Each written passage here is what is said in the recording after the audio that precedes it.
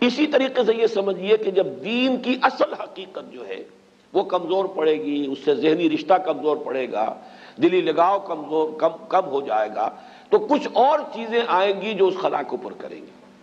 وہ کیا چیزیں تھیں جو تاریخ بنی اسرائیل میں آئیں؟ وہ تھے اب سفلی اعمال، ٹونے ٹوٹکے، جادو، عملیات،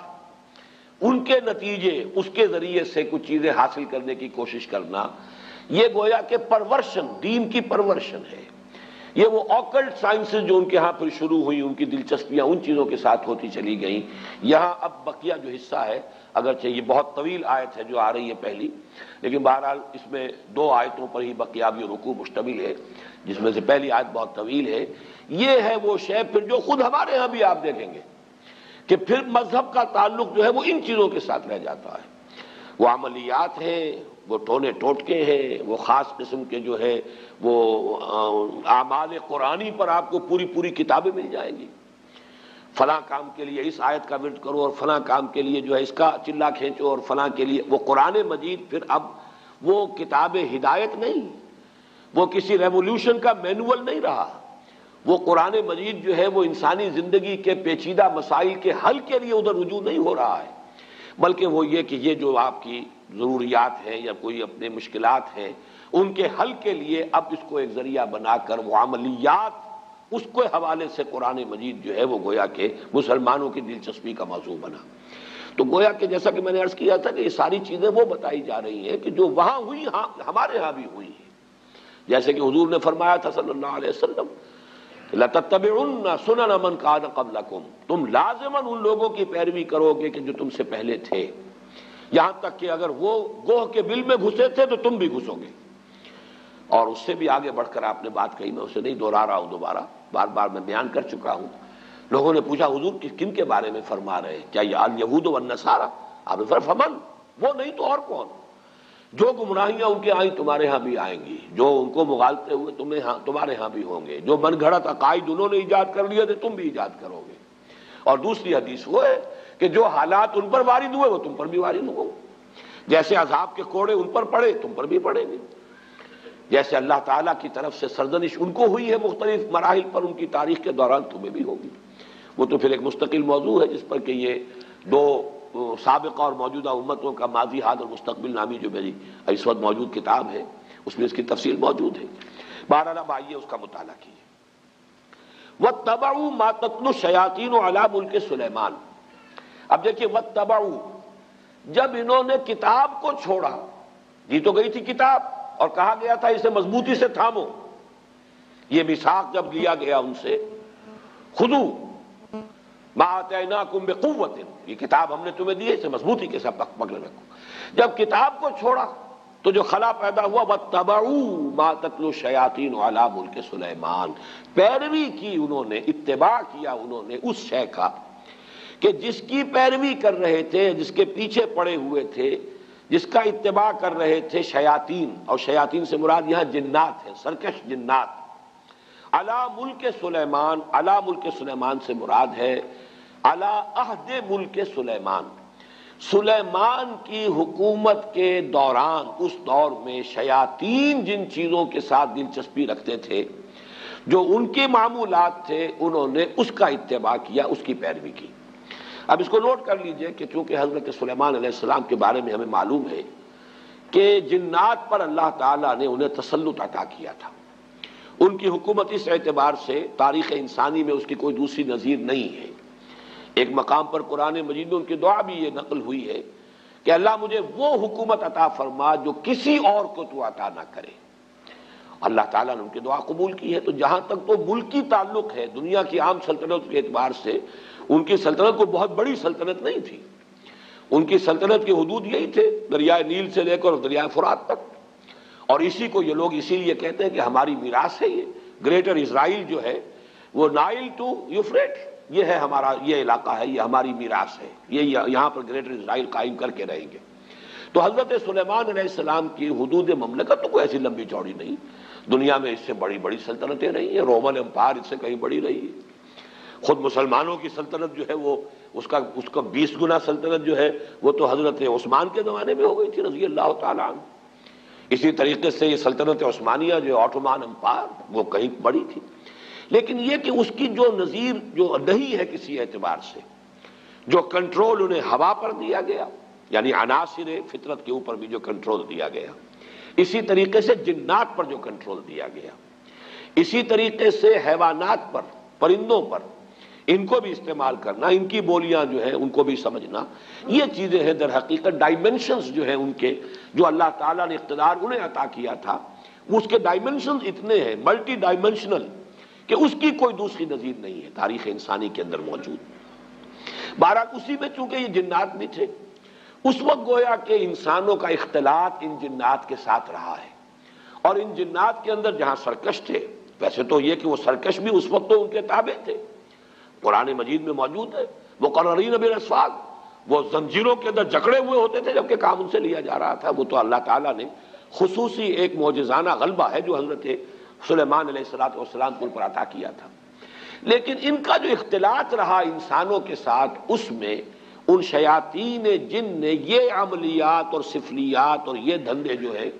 یہ ان کے ہاں گویا کہ چھوت لگ گئی ان چیزوں کی بنی اسرائیل کو اسی زمانے میں۔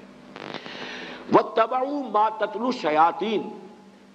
یہ لفظ تتلو کو بھی سمجھ لیجئے، یہ تلاوت کا لفظ بھی اسی سے ہے، تلا یتلو تلاوتن، اس کے معنی پڑھنا، اور تلا یتلو تلون اس کے معنی ہے پیروی کرنا، جیسے کہ آتا ہے چاند جو ہے وہ گویا کہ پیچھے پیچھے آتا ہے سورج کے، والشمس وضحاها والقمر اذا تلاها، تلاها سورج کے پیچھے آ رہا ہے، تو اتباع کرنا، پیچھے پیچھے چلنا۔ اور جب ہم تلاوت کرتے ہیں تو گویا کہ دونوں معنی موجود ہوتے ہیں، اس لیے کہ تلاوت میں آپ پڑھ رہے ہیں، وہ تو تلا یتلو تلاوتن ہو گیا، اور تلاوت میں آپ ٹیکسٹ کو فالو کر رہے ہوتے ہیں، بلکہ بعض لوگ جو ہیں تو آپ نے دیکھا ہوگا ان کی انگلی بھی ساتھ ساتھ چل رہی ہوتی ہے، تو گویا کہ وہ ساتھ ساتھ ٹیکسٹ کو فالو کر رہے ہیں، تو یہ دونوں جو مفہوم اس میں شامل ہیں۔ وَاتَّبَعُوا مَا تَتْلُو الشَّيَاطِينُ عَلَىٰ مُلْكِ سلیمان، حضرت سلیمان علیہ السلام کے عہد حکومت میں شیاطین جن چیزوں کے اندر مصروف اور مشغول رہتے تھے، جو ان کے مشغلے تھے، جو ان کی دلچسپیاں تھیں، جس کی وہ پیروی کرتے تھے،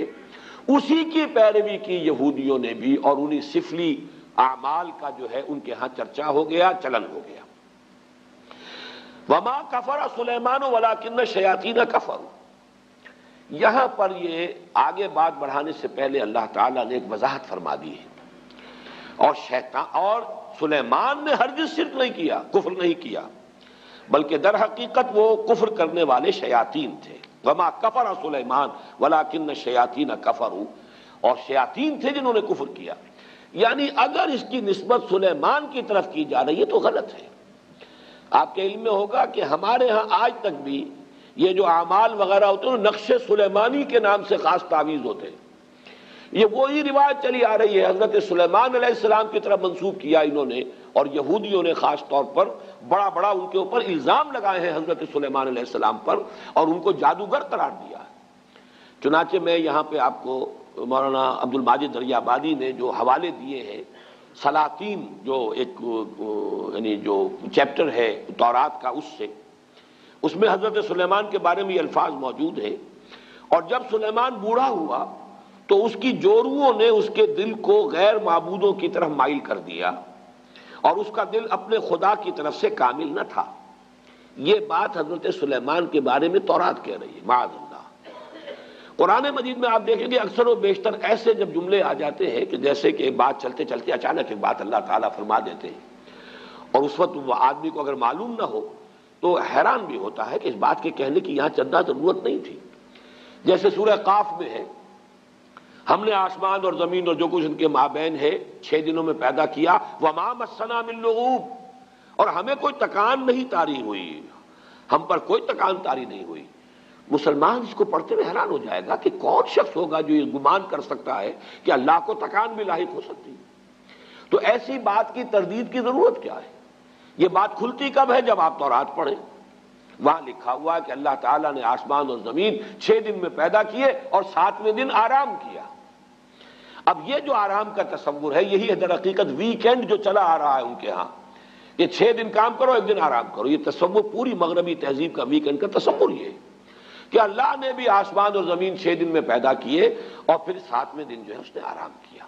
گویا کہ تکان لائق ہوئی۔ وہاں پر اب وہ چلتے چلتے وَلَقَدْ خَلَقْنَا السَّمَاوَاتِ وَالْأَرْضَ وَمَا بَيْنَهُمَا فِي سِتَّةِ أَيَّامٍ وَمَا مَسَّنَا مِن لُغُوبٍ، ہمیں کوئی تھکان طاری نہیں ہوئی۔ اسی طرح کا معاملہ یہاں ہے کہ چونکہ تورات کے مرتبین نے یہ سب کچھ کیا ہے، حضرت سلیمان علیہ السلام کے بارے میں تو میں آپ کو ایک اور جملہ سناتا ہوں، کیونکہ امام طبری نے اپنی اس جو ان کی علامہ ابن جریر طبری نے اپنی تفسیر میں اس کو نقل کیا ہے، وہ بھی میں سناؤں گا، لیکن ایک دوسرا اور بھی قول جو مولانا عبد الماجد دریابادی نے نقل کیا ہے،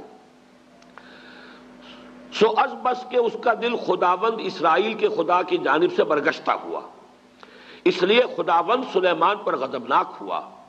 اور اس نے اسے حکم دیا تھا کہ وہ اجنبی معبودوں کی پیروی نہ کرے، پر اس نے اپنے خداوند کے حکم کو یاد نہ رکھا۔ وہی کنگز سلاطین نامی جو چیپٹر ہے اولڈ ٹیسٹمنٹ کا، اسی سے یہ دونوں میں نے آپ کو حوالے سنائے ہیں، اس کی نفی ہے جو قرآن نے یہاں کیا ہے، وَمَا كَفَرَ سُلَيْمَانُ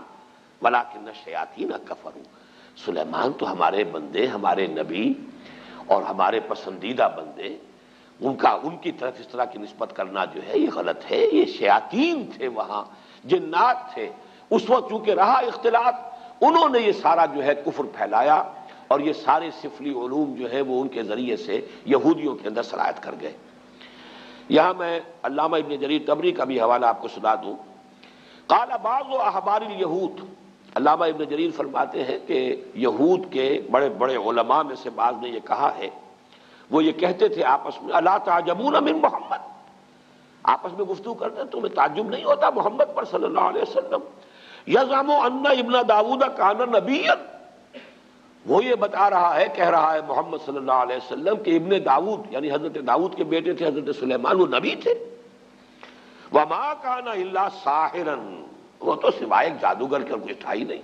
سلیمان کی یہ شان ہے جو تورات کے یہ مرتبین جو ہے انہوں نے اپنے ہاں درج کی ہوئی، تو اس کی نفی قرآن مجید نے یہاں کی ہے۔ جہاں جہاں موقع ملتا ہے، جو بھی پردے ڈال دیے گئے تھے انبیاء کی سیرت و کردار پر، یا داغدار کر دیا گیا تھا، قرآن مجید نے ان داغوں کو، دھبوں کو دھویا ہے، اور اس کا بھی ایک خاص سبب تھا اصل میں، کیوں بنی اسرائیل نے اپنے انبیاء کی سیرتوں کو داغدار کیا، اس کا سبب بھی سمجھ لیجئے۔ دیوانہ بکار خیش ہوشیار یہ بغیر کسی سبب اور بغیر کسی مقصد کے نہیں تھا۔ جب ان کے علماء کے اندر اخلاقی زوال آیا، انحطاط آیا، اب لوگ ان پر انگلیاں اٹھاتے تھے کہ تم اتنے بڑے عالم ہو کر، اتنے بڑے مذہبی رہنما ہو کر، یہ تمہاری حرکت۔ انہوں نے اپنے دفاع میں نبیوں کے اوپر اس طرح کے چھینٹے اڑا کر کہ یہ تو ہوتا ہی ہے، جب نبی ایسے تھے تو اگر ہمارے ذریعے سے کچھ ہو گیا تو کون سی بڑی بات ہو گئی، ہم تو پھر نبی بھی نہیں ہیں۔ یہ اپنے آپ کو بچانے کے لیے در حقیقت، اور یہ اس کی مثالیں اور بھی تاریخ میں آپ کو ملیں گی، میں زیادہ تفصیل میں اس وقت نہیں جانا چاہتا، لیکن اس وقت صرف یہ وضاحت میں کرنا چاہتا تھا کہ وما کفر سلیمان ولکن الشیاطین کفروا یعلمون الناس السحر، وہ لوگوں کو سحر سکھاتے تھے۔ اب یہ سحر جو ہے، جو کہ شریعت محمدی صلی اللہ علیہ وسلم میں یہ کفر ہے، آگے آ جائے گا، اس کی وضاحت کی گئی ہے۔ جادو ہے تو حقیقت، لیکن جادو کرنا کفر ہے، اگرچہ اس میں اختلاف ہمارے بعض فقہا کا ہے کہ آیا سیکھا بھی جائے یا نہ جائے،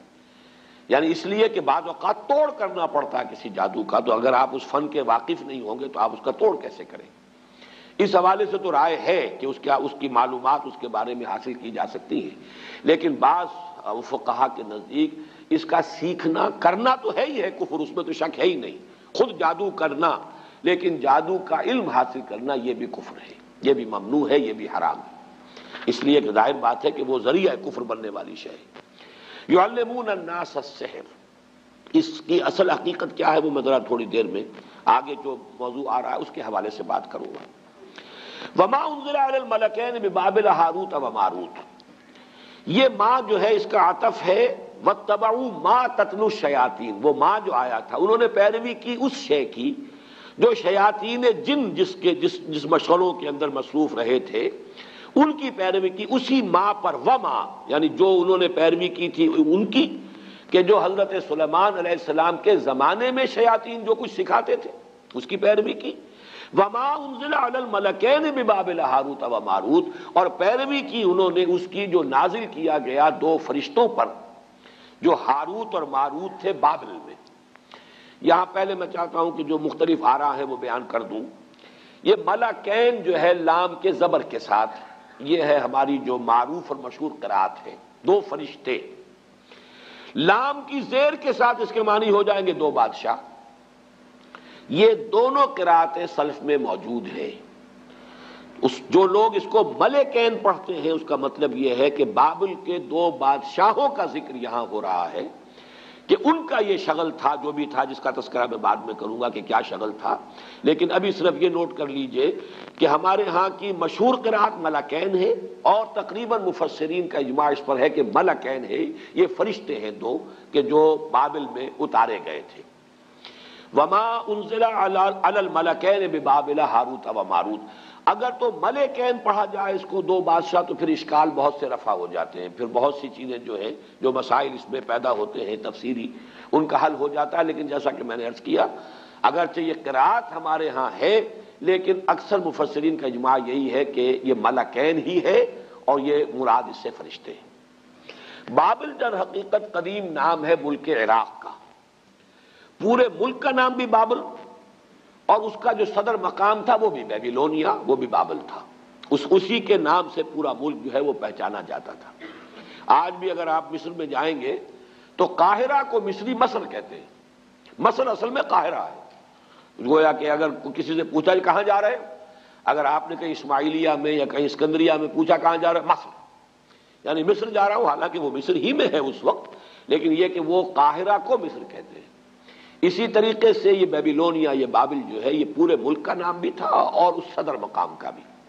یہ صدر مقام جو ہوتا تھا یہ آج کے بغداد سے 60 میل جنوب میں اسی دریائے فرات کے کنارے پر یہ شہر آباد تھا بیبیلونیا۔ تو در حقیقت وہاں چونکہ اب یہ ذہن میں رکھیے کہ فلسطین مغرب میں ہے، شام کا علاقہ ہے، یہ عراق جو ہے یہ اس کے مشرق میں ہے، اس سے مشرق میں پھر ایران ہے۔ ان تین ملکوں کے ساتھ جو ہے معاملہ رہا ہے یہود کی تاریخ کا، کہ یہود پر جب نبوکدنضر جو تھا وہ بادشاہ تھا بیبیلونیا کا، عراق کا، اس نے حملہ کیا تھا 6 صدی قبل مسیح میں، اور اس کے بعد جو اس نے یہ یوں سمجھیے کہ تقریباً حضرت سلیمان علیہ السلام کے 300 برس بعد، حضرت سلیمان کا زمانہ تو یہ تو گویا کہ تاریخ بنی اسرائیل کا جو ان کا گولڈن پیریڈ ہے، سنہری دور، اس کا نقطہ عروج ہے حضرت سلیمان کا دور۔ حضرت سلیمان کے انتقال کے ساتھ ہی ان کی مملکت 2 حصوں میں تقسیم ہو گئی، 2 بیٹوں کے مابین، ایک شمالی اس کا نام اسرائیل تھا اور ایک جنوبی اس کا نام یہودا تھا۔ یہ 2 مملکتیں بن گئی حضرت سلیمان کے انتقال کے فوراً بعد۔ زوال شروع ہوا، پہلے وہ اسرائیل تباہ ہوا، پھر یہ یہودا بھی جو ہے تباہ ہوا ہے نبوکدنضر کے ہاتھوں، اور ہیکل سلیمانی مسمار ہوا، 6 لاکھ آدمی اس نے قتل کیے یہودی، 6 لاکھ کو قیدی بنا کر لے گیا۔ یہ جو قیدی بنا کر لے کر گیا ہے، اور یروشلم میں ایک متنفس باقی نہیں رہا۔ یہ کیپٹیوٹی کا دور جو تھا، اس دور میں انہوں نے جو عراق میں جادو والا معاملہ تھا یہ وہاں پر جا کر سیکھ لیا۔ گویا کہ 2 آتشا ہو گیا یہودیوں کا معاملہ، یہ جنتر منتر، جادو، عملیات، سفلیات، آکلٹ سائنسز ان کی جتنی تھی۔ ایک تو یہ کہ جو پہلے سے فلسطین میں موجود تھا یہ معاملہ، یہ انہوں نے وہاں سے شروع کیا، حضرت سلیمان کے زمانے میں ان جنات سے سیکھ لیا۔ اب ظاہر بات ہے کہ مکھی کی سرشت ہے، وہ گندگی پر بیٹھتی ہے، جن کی مزاج کے اندر گندگی ہے وہ تو جہاں سے بھی ہوگا گندگی اس کو حاصل کر لیں گے۔ حضرت سلیمان کے زمانے میں وہ شیاطین جن سے حاصل کیا۔ اب کیپٹیوٹی کے دور میں انہوں نے مزید جو ہے عراق میں بھی جو بہت بڑا گڑھ تھا اس قسم کی چیزوں کا، وہاں سے بھی انہوں نے سیکھا۔ تو گویا کہ یہ تمام چیزیں ان کے اندر رچ بس گئیں، ان کی شخصیتوں کے اندر، ان کے مزاج میں، جسے ہم محاورے میں کہتے ہیں گھٹی میں پڑ گئی۔ وما انزل علی الملکین ببابل ہاروت و ماروت، اور انہوں نے پیروی کی اس کی جو نازل کیا گیا 2 فرشتوں پر جو بابل میں تھے، ہاروت اور ماروت۔ اب یہ کہ وہ کیا نازل کیا گیا اس مسئلے کو سمجھ لیجئے۔ ایک رائے تو یہ ہے ہمارے ہاں، ایک تو خیر قصہ بیان ہوتا ہے، وہ قصہ تو ہمارے اکثر مفسرین نے، وہ یہود کی خرافات میں سے ہے، اس کو سب نے رد کیا ہے، لہذا میں اس کا تذکرہ بھی نہیں کرنا چاہتا۔ عام طور پر جو بات کہی جاتی ہے وہ یہ ہے کہ اللہ تعالیٰ کی چونکہ ایک سنت ہے کہ کسی قوم پر عذاب سے پہلے پھر آخری امتحان، کوئی آخری ٹیسٹ، آخری فتنہ کہ جس سے ان کے اندر کتنی کچھ خباثت آ چکی ہو وہ ظاہر ہو جائے. اس کے لیے آزمائش کے لیے اللہ تعالیٰ مختلف صورتیں پیدا فرماتے ہیں. جب ان کے ہاں ان چیزوں کا رواج بہت ہو گیا تو اللہ تعالیٰ نے 2 فرشتوں کو انسانی شکل میں بھیجا، اور وہ فرشتے جو ہیں وہ ان کو کچھ وہ جادو وغیرہ کی تعلیم دیتے تھے، لیکن کہہ دیتے تھے دیکھو یہ کفر ہے، ہم فتنہ ہیں، مت سیکھو. لیکن یہ کہ اگر سیکھنا چاہتے ہو تو ٹھیک ہے، اگر تمہاری طلب یہی ہے، تاکہ معلوم ہو جائے کہ ان کی طلب کس شے کی ہے، ان کی اپنی فطرت کس درجے مسخ ہو چکی ہے. اتمام حجت کے لیے کہ بات واضح ہو جائے، جیسے کہ قرآن مجید میں آتا ہے مختلف مواقع پر کہ اللہ تعالیٰ ان کی رسی دراز کر رہا ہے. کیوں کر رہا ہے؟ تاکہ جو ان کا خبث باطن ہے پورے طور پر ظاہر ہو جائے، تاکہ پھر یہ پوری طرح سزا کے مستوجب ہو جائیں، مستحق ہو جائیں. جو سزا ملے وہ واقعتاً ثابت ہو کہ یہ ان کی خباثت اسی درجے کی تھی کہ اتنی سزا انہیں ملنی چاہیے تھی. اس معنی میں گویا کہ آزمائش کے طور پر، چنانچہ یہاں کے الفاظ پڑھ لیجئے، وَمَا يُعَلِّمَانِ مِنْ أَحَدٍ، اور وہ نہیں سکھاتے تھے کسی کو کچھ بھی، حَتَّى يَقُولَا، یہاں تک کہ وارن کر دیتے تھے، إِنَّمَا نَحْنُ فِتْنَةٌ فَلَا تَكْفُرْ، ہم فتنہ ہیں، آزمائش ہے، تو تم کفر مت کرو، کفر مت سیکھو، کفر سے دلچسپی نہ رکھو. لیکن ان کا حال کیا تھا؟ فَيَتَعَلَّمُونَ مِنْهُمَا، وہ سیکھتے تھے وہ لوگ ان دونوں سے، ان فرشتوں سے، مَا يُفَرِّقُونَ بِهِ بَيْنَ الْمَرْءِ وَزَوْجِهِ، جس سے تفریق کر سکیں وہ کسی شخص اور اس کی بیوی کے مابین. اب سفلیات کا علم جو ہے وہ تو آپ کو معلوم ہے آج بھی جادو ٹونے ٹوٹ کے انہی چیزوں میں چلتے ہیں. کسی کے گھر کو اجاڑنا ہے، کسی کے ہاں اولاد نہیں ہو رہی ہے تو وہ دوسرے کے ہاں کی اولاد جو ہے وہ بھی اس کو کھل رہی ہے، اس عورت کو، اس کی اولاد مر جائے اور مجھے اولاد جو ہے وہ مجھے ہو جائے. یہ سارے ٹونے ٹوٹ کے جو عورتوں کے چل رہے ہوتے ہیں وہ اکثر و بیشتر انہی چیزوں کے اندر ہے. قرآن مجید نے بھی وہی جو سب سے زیادہ دکھتی ہوئی رکھ تھی اسی کو پکڑا ہے. فَيَتَعَلَّمُونَ مِنْهُمَا مَا يُفَرِّقُونَ بِهِ بَيْنَ الْمَرْءِ وَزَوْجِهِ، بجائے اس کے کہ گھروں کو آباد رکھیں، گھر ہنستا بستا ہے، شوہر اور بیوی کے مابین موافقت ہے، یگانگت ہے، گھر آباد ہے، تو بجائے اس کے کہ وہ اس کو دیکھ کر جو ہے خوش ہو، اس کے اندر کوئی فساد پیدا کرنا، کوئی اختلاف پیدا کرنا، ان کے درمیان کوئی دنگا اور لڑائی کی شکل پیدا کرنا، تفرقہ پیدا کر دینا. یہ بھی ہو سکتا ہے کہ کوئی شخص جو ہے کسی عورت کی سے خود شادی کا خواہش مند ہو اور اس کے لیے اس نے یہ سارے جو ہے ہتھ کنڈے کیے ہو. ما یفرقون بھی، اب بھی جو تعویذ بکتے ہیں محبوب قدموں میں آ کر گرے گا، تو وہ تو تعویذ جو ہے وہ انہی چیزوں کے لیے، تو وہ یہ تعویذوں گنڈوں کا کام جو ہے سب سے زیادہ جو اس میں ہاٹ کیکس کی طرح بکنے والے ہیں وہ تو ظاہر بات ہے اسی دھندے سے متعلق ہے. وما هم بضارین به من احد الا باذن اللہ، حالانکہ نہیں تھے وہ ضرر پہنچانے والے کسی کو اس کے ذریعے سے مگر یہ کہ اللہ کے حکم سے. توحید کا تقاضا یہ ہے کہ کسی شے میں کسی تاثیر کو مستقل نہ مانا جائے جب تک کہ اللہ کا اذن نہ ہو. کسی شے میں تاثیر ہونا یہ اور چیز ہے. اللہ تعالیٰ نے آگ میں تاثیر رکھی ہے کہ وہ جلاتی ہے، لیکن اس کا جلانا بالفعل اللہ کے اذن پر منحصر ہے. اللہ نہیں چاہے گا نہیں جلائے گی آگ. تو اگر آگ سے اس کی صفت منفک ہو سکتی ہے، جدا ہو سکتی ہے، تو ظاہر بات ہے اور چیزیں جتنی بھی ہیں ان میں تاثیرات تو ہیں، لیکن ان تاثیرات کا بروئے کار آنا، بالفعل نتیجہ خیز ہونا اللہ کے اذن کے بغیر نہیں ہے. چونکہ یہود جو ہے وہ توحید کے مدعی ہیں، اور یہ ماننا پڑتا ہے دنیا میں جتنی توحید ان میں رہی ہے، باقی آپ مسلمانوں کے معاملے کو چھوڑ دیجئے، وہ تو پھر ایک یعنی آخری امت ہے، اور جس طریقے سے تکمیل ہوئی ہے اور دین کی حفاظت کا اللہ نے انتظام کیا ہے تو وہ معاملہ علیحدہ ہے. باقی مسلمانوں کو، اس امت محمد صلی اللہ علیہ وسلم کو علیحدہ کر دیجئے تو تاریخ انسانی میں توحید کا اتنا چرچا کسی قوم میں نہیں رہا جتنا یہود میں رہا، اس میں کوئی شک نہیں. ان کے ہاں وہ شرک کی وہ دوسری علائشیں جو ہے توہمات شرک کم آئے ہیں، لیکن یہ کہ ان معاملات کے اندر اللہ تعالیٰ نے اسی لیے حوالہ دیا کہ توحید کے اگر قائل تھے تو اس کا تو نتیجہ یہ نکلنا چاہیے کہ کسی شے میں کوئی تاثیر بغیر اذن رب اس کا کوئی ظہور نہیں ہو سکتا، نتیجہ خیز نہیں ہو سکتی. لہذا ان معاملات کے اندر دلچسپی لینا در حقیقت توحید کے منافی ہے. وَيَتَعَلَّمُونَ مَا يَضُرُّهُمْ وَلَا يَنفَعُهُمْ، اور وہ سیکھتے تھے وہ چیزیں جو انہیں نقصان پہنچاتی تھی، فائدہ نہیں پہنچاتی تھی. وَلَقَدْ عَلِمُوا لَمَنِ اشْتَرَاهُ مَا لَهُ فِي الْآخِرَةِ مِنْ خَلَاقٍ، حالانکہ وہ خوب جانتے تھے کہ جو کوئی بھی ان چیزوں کو اختیار کرے گا، خریدے گا، ان سے دلچسپی رکھے گا، اس کا آخرت میں کوئی حصہ نہیں۔ یعنی شریعت موسوی میں ان چیزوں کو حرام کر دیا گیا تھا اسی طریقے سے جس طریقے سے کہ شریعت محمدی میں جادو حرام ہے۔ میں اس کا بھی حوالہ آپ کو سنا دوں گا۔ وَلَبِئْسَ مَا شَرَوْا بِهِ أَنفُسَهُمْ لَوْ كَانُوا يَعْلَمُونَ، اور بہت بری شے تھی وہ جس کے عوض کے انہوں نے اپنے آپ کو فروخت کر دیا۔ یعنی دنیاوی مفادات، دنیاوی لذتیں، جو بھی دنیا کی گھٹیا آرزویں، خواہشات ہیں، ان کے عوض اپنے مستقبل کو، اپنی آخرت کو، اپنی ابدی زندگی کو برباد کیا۔ وَلَبِئْسَ مَا شَرَوْا بِهِ أَنفُسَهُمْ، گویا کہ اپنے آپ کو بیچ ڈالا، اپنے آپ کو جہنم کا ایندھن بنا دیا ان چیزوں کے لیے، ان کی طلب میں، ان کے حصول کے لیے۔ لَوْ كَانُوا يَعْلَمُونَ، کاش کہ یہ جانتے ہوتے، انہیں علم حقیقی حاصل ہوتا۔ وَلَوْ أَنَّهُمْ آمَنُوا وَاتَّقَوْا لَمَثُوبَةٌ مِّنْ عِندِ اللَّهِ خَيْرٌ، اور اگر اس کے برعکس وہ ایمان اور تقویٰ کی روش اختیار کیے رہتے۔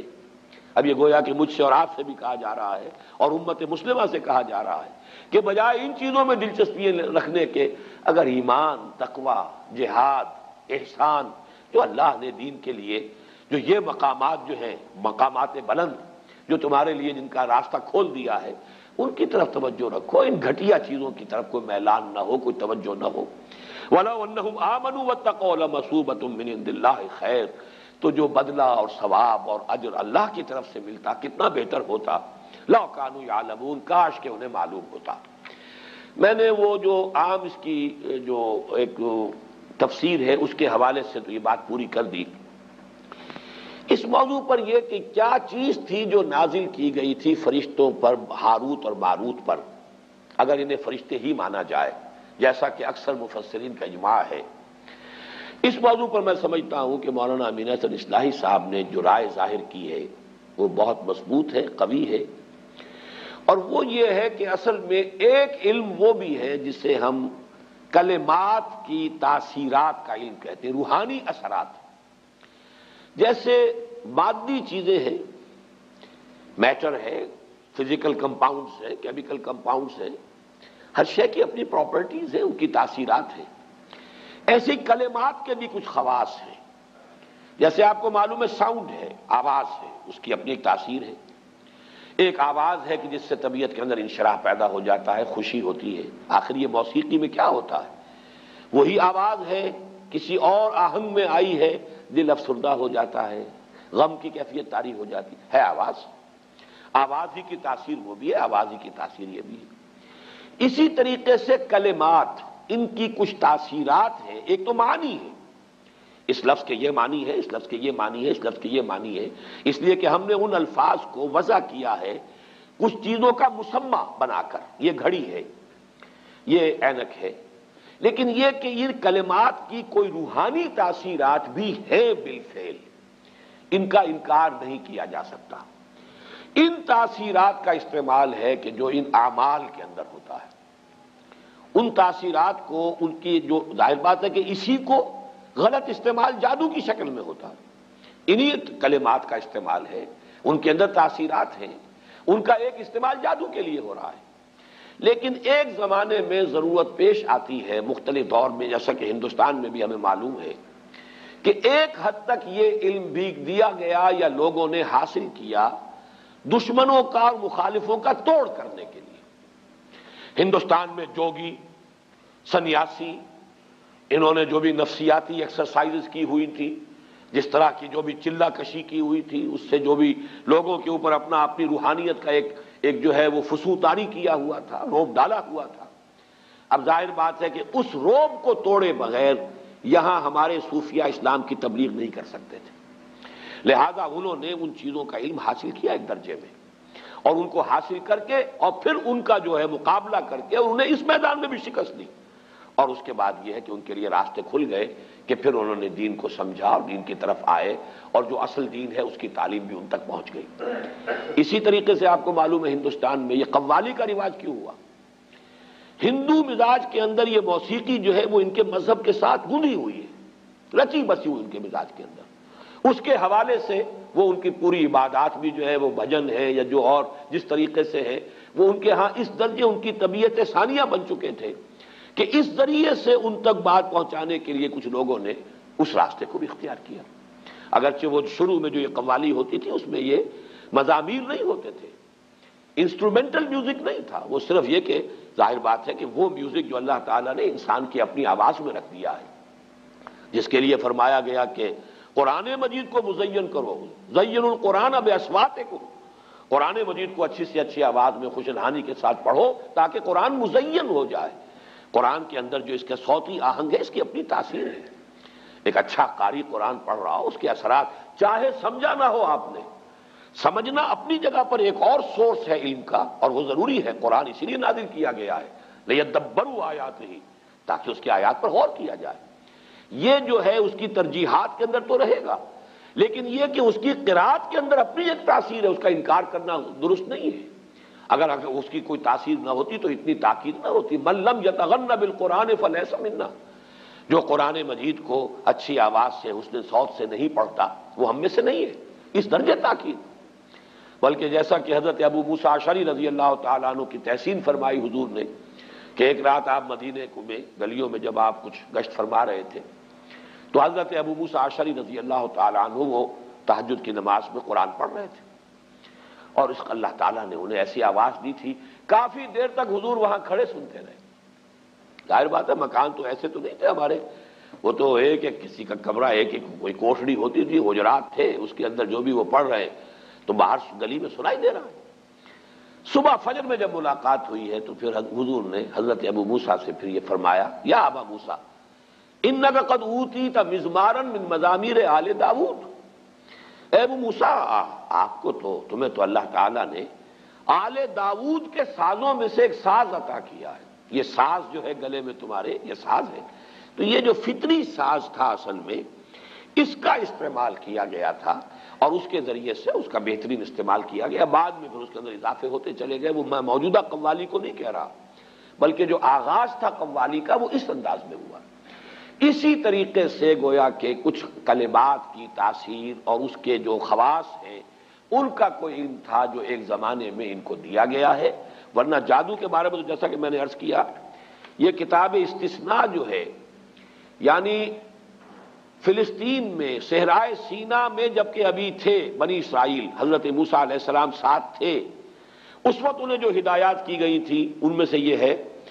جب تو اس ملک میں جو خداوند تیرا خدا تجھ کو دیتا ہے پہنچ جائے تو وہاں کی قوموں کی طرح مکروہ کام کرنے نہ سیکھنا، تجھ میں ہرگز کوئی ایسا نہ ہو جو اپنے بیٹے یا بیٹی کو آگ میں چلوائے۔ اب دیکھیے یہ عمل آج بھی روافظ کے ہاں یہ آگ پر چلنے کا جو رواج ہے، بعض جو ہے اس طرح کے کرتب دکھائے جاتے ہیں، اور ظاہر بات ہے جو حالات جو ہیں اس سے آپ متاثر ہوتے ہیں، آگ کے اوپر انگاروں کے اوپر چل رہے ہیں۔ یہ اعمال کہاں سے چلے آ رہے ہیں؟ یہ حضرت موسیٰ علیہ السلام کو حضرت مسیح سے 1400 برس قبل یہ بتایا جا رہا ہے، تجھ میں ہرگز کوئی ایسا نہ ہو جو اپنے بیٹے یا بیٹی کو آگ میں چلوائے، یا فال گیری یا شگون نکالنے والا یا افسونگر یا جادوگر یا منتری یا جنات کا آشنا یا رمال یا ساحر ہو، کیونکہ وہ سب جو ایسے کام کرتے ہیں خدا کے نزدیک مکروہ ہیں، اور انہی مکروہات کے سبب سے خداوند تیرا خدا تیرے سامنے سے ان کو نکالنے پر ہے۔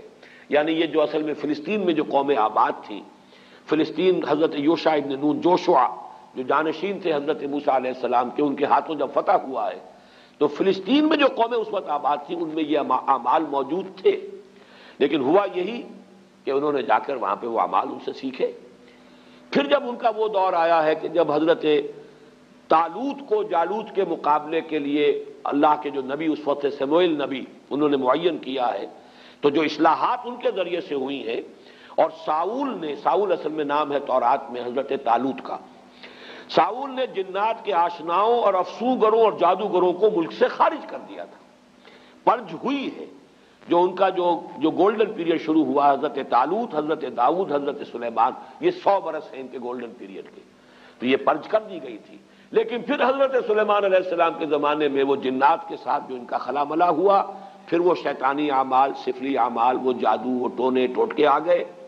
اور 2 آتشہ ہو گیا معاملہ یہ، جب یہ عراق میں رہے بیبیلونیا میں کیپٹیوٹی میں، حالت اسیری میں، پھر وہاں پر جو معاملہ اپنی انتہا کو پہنچا تو اللہ تعالیٰ نے پھر وہاں پر جو ہے ان فرشتوں کو جو معروف تفسیر ہے اس کے مطابق فتنہ بنا کر بھیجا، اور دوسری رائے جو مولانا اصلاحی صاحب کی ہے کہ اصل میں وہ فرشتوں پر جو چیز نازل کی گئی تھی، بہرحال وہ ساحری جادوگری نہیں ہو سکتی، بلکہ معلوم ہوتا ہے کہ انہی کلمات کے خواص کا علم تھا جو ایک زمانے میں ان کو اس لیے تلقین کیا گیا کہ اس کے ذریعے سے وہ دشمنوں کا توڑ کر سکیں، دشمنوں کا مقابلہ کر سکیں، اس کو صحیح مقصد کے لیے استعمال کر سکیں۔ لیکن جب ان کی ذہنیت مسخ ہوئی، انہوں نے اسی کو برے مقاصد کے لیے، غلط مقاصد کے لیے، جیسے دو دھاری تلوار ہے، آپ اسے کسی اچھے مقصد کے لیے بھی استعمال کر سکتے ہیں، لیکن جب آپ کی اپنی ذہنیت مسخ ہو جائے گی تو اسی کو آپ کسی غلط کام کے لیے استعمال کریں گے، تو پھر وہ ہوتے ہوتے وہ جادوگری اور وہ یہ سفلی اعمال اور آکلٹ سائنسز، ان سب کا معاملہ جو ہے ان کے ہاں رواج پا گیا۔ بس یہ وہ رائے ہے کہ جو میں نے سمجھا کہ وہ میں آپ کے سامنے لے آؤں۔ مجھے مولانا امین حسن اصلاحی صاحب کی اس رائے سے اتفاق ہے۔ باقی اب اصل میں یہ سمجھ لیجئے، جو میں نے اس بات شروع میں عرض کی تھی، علم کے بارے میں قرآن مجید جو واضح کرتا ہے وہ یہ ہے کہ علم صرف دو ہے، تیسری کسی شے کے پیچھے پڑنا یہ در حقیقت اللہ تعالیٰ کے حکم کی خلاف ورزی ہے، یہ جن کو آکلٹ سائنسز کہا جاتا ہے۔ اسی لیے حضور نے فرمایا جس کسی نے کسی نجومی کی بات کی تصدیق کی، اس نے میرے لائی ہوئی شے کی تکذیب کی۔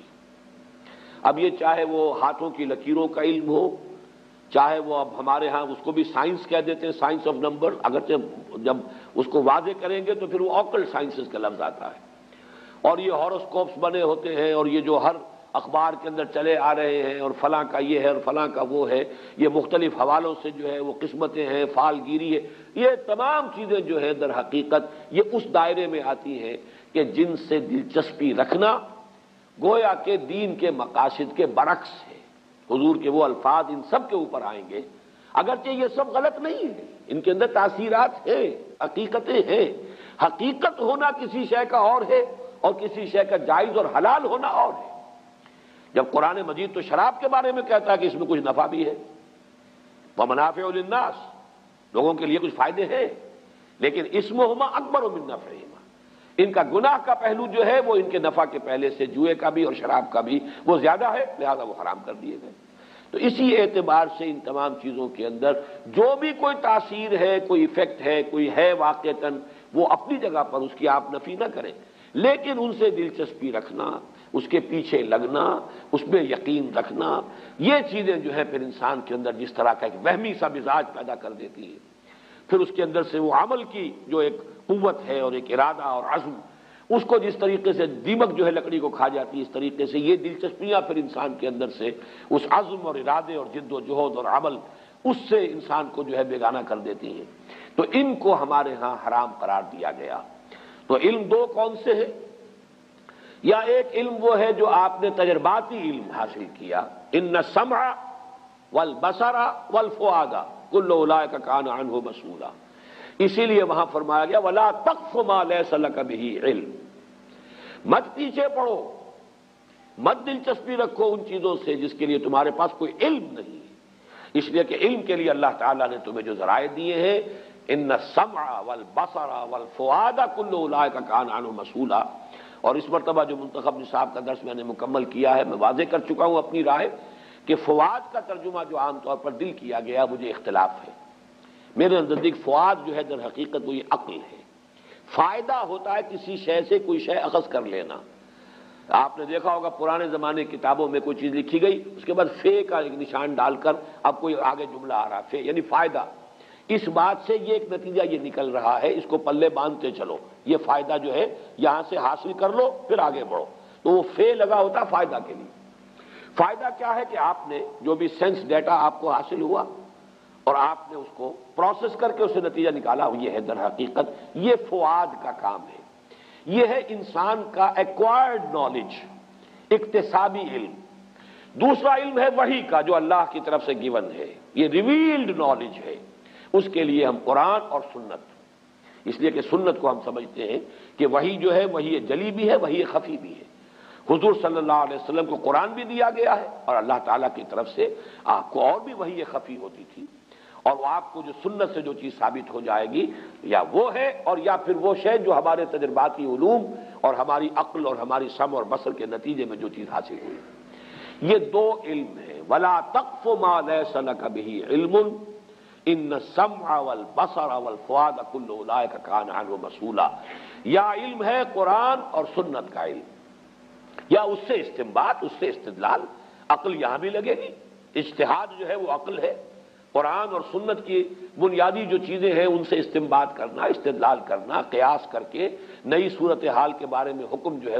اس سے نکالنا، یہ عقل کا استعمال ہو جائے گا۔ لیکن سورسز یا ریویل نالج، وحی خفی وحی جلی، لیکن وحی خفی نبی کی، کسی اور ولی اللہ کی وحی خفی جو ہے وہ حجت نہیں ہے۔ کوئی بڑے سے بڑا ولی ہو، بڑے سے بڑا اس کا کشف ہو، بڑی سے بڑی اس کو جو ہے وہ بشارت ہو گئی ہو، دین میں حجت نہیں ہے۔ حجت اللہ کی کتاب اور اس کے رسول صلی اللہ علیہ وسلم کی سنت۔ اور ادھر ان السمع والبصر والفؤاد، ان دو کے علاوہ تیسرا یہ سارا دائرہ جو ہے، یہ چاہے اپنی جگہ پر اس میں کوئی تاثیرات ہیں، حقیقت ہے، لیکن یہ کہ یہ چیزیں جو ہے ممنوع ہے، جس کو کہ یہاں پر کفر کے درجے میں کہا گیا وما کفر سلیمان ولکن الشیاطین کفروا، اور جو آخری الفاظ تھے وَلَقَدْ عَلِمُوا لَمَنِ اشْتَرَاهُ مَا لَهُ فِي الْآخِرَةِ مِنْ خَلَاقٍ۔ میں نے آپ کو کتاب استثناء ڈیوٹرانومی کا وہ اقتباس بھی سنا دیا ہے، جو حضرت موسیٰ علیہ السلام کے زمانے میں انہیں کہہ دیا گیا تھا کہ ان چیزوں کی طرف نہ جانا، ان سے دلچسپی نہ لینا۔ ان کے علم میں تھا یہ کہ جو کوئی بھی ان چیزوں سے دلچسپی رکھیں گے، ان کی پیروی کریں گے، ان کے درپے ہوں گے، ان کا آخرت میں کوئی حصہ نہیں۔ وَلَبِئْسَ مَا شَرَوْا بِهِ أَنفُسَهُمْ، لیکن انہوں نے ان چیزوں میں مشغول ہو کر، ان میں دلچسپی لے کر برا انجام اپنے لیے خرید لیا، اپنی جانوں کو فروخت کر دیا بڑی بری شے کے لیے۔ لَوْ كَانُوا يَعْلَمُونَ، کاش کہ انہیں معلوم ہوتا، وَلَوْ أَنَّهُمْ آمَنُوا وَاتَّقَوْا لَمَثُوبَةٌ مِّنْ عِندِ اللَّهِ خَيْرٌ، اور اگر وہ ایمان اور تقوی کی روش پر قائم رہتے تو اللہ کی طرف سے اجر و ثواب بہت بہتر رہتا۔ لَوْ كَانُوا يَعْلَمُونَ، کاش کہ وہ جانتے۔